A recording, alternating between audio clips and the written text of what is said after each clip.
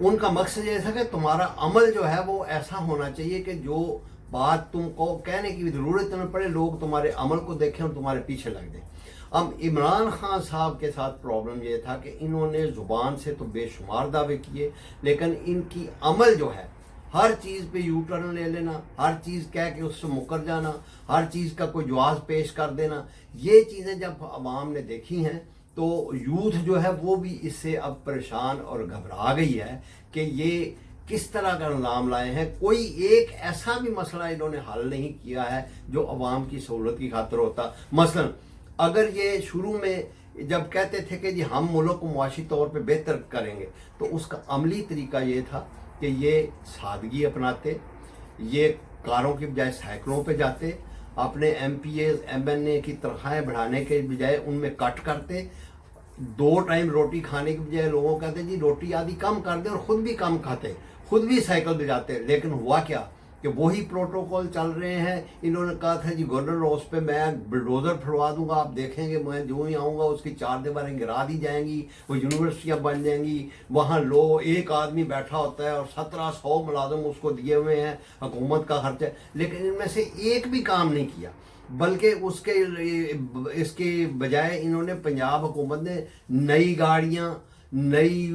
بلڈنگیں اور نئے فرنیچر اور تنخواہوں میں بے شمار M P M N S کی فیسلٹیز اور تنخواہوں میں اضافہ کر دیا ہے۔ تو اس سے لوگ دیکھ رہے ہیں کہ یہ بالکل اسی ڈگر پہ چل رہے ہیں جس طرح پہلے لوگ چل رہے تھے، اسی طرح قرضے لے رہے ہیں، اسی طرح ہی سودی کاروبار چل رہا ہے، اسی طرح سود کا نظام بڑھ رہا ہے، اسی طرح ناانصافیاں ہو رہی ہیں، کسی کو سزا نہیں ملی ہے، نہ کرپشن پہ نہ کسی اور چیز پہ، اس لیے لوگ جو ہیں وہ بہت بددل ہو چکے ہیں۔ اچھا، اگلا جو عرصہ اس کے پاس ہے 1.5 سال کا، اس میں یہ کسی کو سزا مل جائے گی؟ یہ جو کہہ رہا ہے کہ بڑے بڑے مقدمات چل رہے ہیں، مجھے تو نہیں لگتا، کیونکہ آج بھی جو مقدمہ نیب نے آج سماعت تھی، کل یا آج تھی سماعت وہاں اسلام آباد ہائی کورٹ میں، وہاں پھر نیب کا جو نمائندہ تھا یا وکیل تھا، پروسیکیوٹر جو تھا، اس نے اس کو ملتوی کرنے کی درخواست دے دی کہ جی مجھے کرونا ہو گیا ہے یا میں آئسولیشن میں سماعت نہیں۔ تو یہ بہانے جو کر کے 3 سال سے ان کے پاس یا تو ثبوت نہیں ہے، یا پھر جو ہے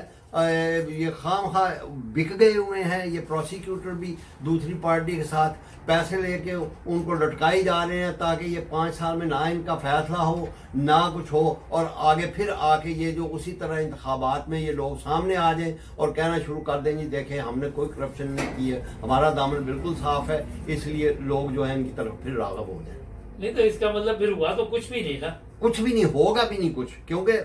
کہتے ہیں پنجابی میں ایک مثل مشہور ہے کہ پتر کے پتر پنگوڑیوں سے جانے جانے تھے۔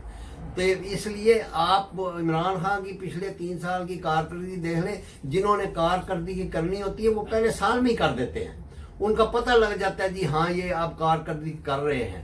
جیسے ہمارے سائنٹسٹ دیکھیں، ہر روز نئے تجربے ہوتے ہیں، نئے میزائل بنتے ہیں، پتہ لگ رہا ہے کہ وہ کام کر رہے ہیں۔ لیکن حکومت کے نمائندے جو ہیں ان میں یا ان کے جو اتحادی ہیں ان کو صرف ایک ہی بات ہے کہ جب کبھی انہوں نے کوئی فائدہ لینا ہوتا ہے وہ ان سے ناراض ہو جاتے ہیں اور پھر فائدہ ہوتا ہے۔ جیسے اب لیٹر چودھری پرویز اللہ صاحب ہیں، انہوں نے مونس لائی کو وزیر بنوا دیا ہے، تو کیا ان کے خاندانوں میں مطلب وہی ان کے ہی لوگ جو ہیں وہ وزارت کے قابل ہیں؟ کوئی ورکر پی ٹی آئی کا، کوئی دوسرے، کوئی ان کے اپنے ورکر کوئی اس قابل نہیں ہوتا کہ جو وزیر بنے یا وہ آگے ملک کو لے کے جائے۔ اور اسی وجہ سے جو ہے یہ ہمارا ملک دن بدن جو ہے پیچھے جا رہا ہے، کیونکہ یہاں ٹیلنٹ کو ہنٹ نہیں کیا جاتا بلکہ خاندانوں کے لوگوں کو ہنٹ کیا جاتا ہے۔ اچھا تو یہ کیسے ختم ہو سکتا ہے؟ جس طرح اب ایک نواز شریف ہے، اس کی بیٹی آ گئی، بلاول آ گیا، دوسرا تیسرا نسل در نسل، آپ کے خیال میں یہ بتائیے یہ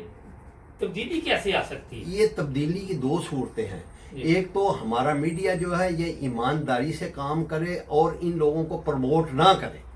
یہ خود میڈیا جو ہے، یہ میڈیا ہاؤسز جو ہیں یہ پروموٹ کرتے ہیں ان کو، ہر ایک نے ایک گروپ میڈیا کا بنایا ہوا ہے، وہ ان کو پروموٹ کرتے ہیں، ان کے بیٹوں کو پروموٹ کرتے ہیں، ان کے انٹرویو کرتے ہیں، ان کی اصل حقیقت لوگوں کو نہیں بتاتے۔ اور اسی طرح عوام میں بھی جو سوشل یا سول